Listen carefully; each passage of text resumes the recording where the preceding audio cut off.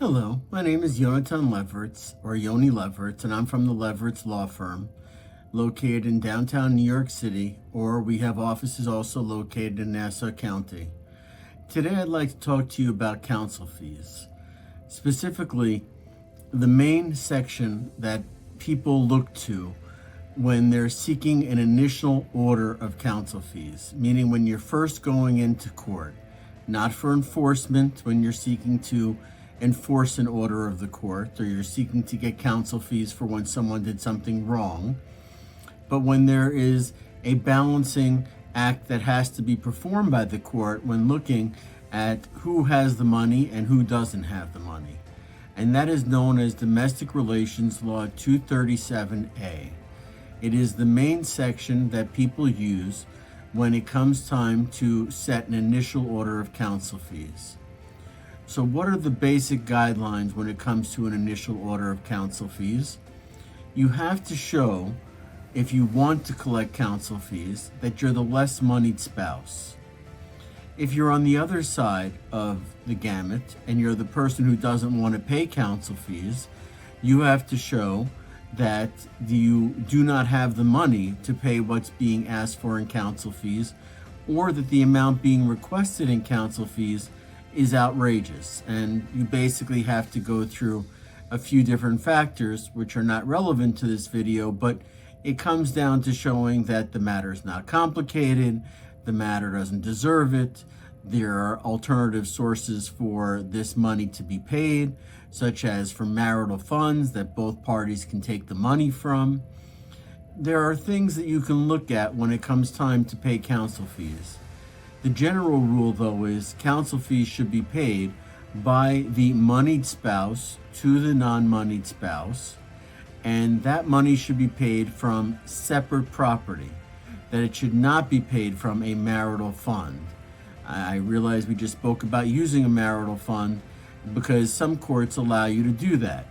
Some courts allow you to take money from a marital fund and use it, quote, subject to reallocation at the time of trial, which basically means when you get to trial, you have to go ahead and prove that you should get that money back.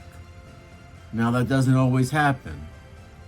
Sometimes it does happen, sometimes it doesn't happen, but it doesn't always happen. You have to be careful to make sure that it's part of your case saying that you're basically looking to go ahead and seek the counsel fees that were subject to reallocation.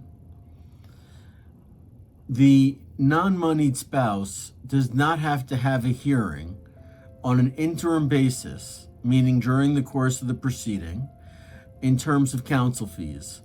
Final counsel fees, you are entitled to a hearing on the issue, or you're entitled to written closing summations on the issue of counsel fees. So there is a dispute as to counsel fees when it comes to the end of the day. But there's what's called a rebuttable presumption, meaning that it's automatically assumed, but it can be disproven. I know that's a mouthful, but please bear with me for just 1 second, that the non-moneyed spouse should get an award of counsel fees, and that amount of counsel fees should be able to level the playing field. So what is the rebuttable presumption? It's that it's automatically assumed that the non-moneyed spouse should get counsel fees, but you can rebut it. You can go ahead and say the other person shouldn't get it for numerous reasons. One reason would be in one case where the support that was being paid by the moneyed spouse basically no longer made him the moneyed spouse. So he was paying out so much in support, in child support, in mortgages, in maintenance, and everything else, that he was no longer the person who had the money. So we could pretend, for example, that the person was making $500,000 a year, that the person had to pay out in support $250,000 a year, and once you take off his New York City and his basic taxes, not even necessarily his federal taxes or his things like that, but just his basic Medicaid, Medicare taxes and New York City taxes, if the case is in New York City, that at that point in time, he was no longer the moneyed spouse, that the other spouse had just as much income, if not more income, in terms of support. Now, there are cases where that happens, and there's a specific case where that happened, and that beat the rebuttable presumption in terms of having to pay counsel fees. 2 caveats for this video, please, are 1, this video is made for educational purposes only, and 2, that this is not to form an attorney-client privilege. I thank you very much for spending your time with me, and I wish you the best. Thank you.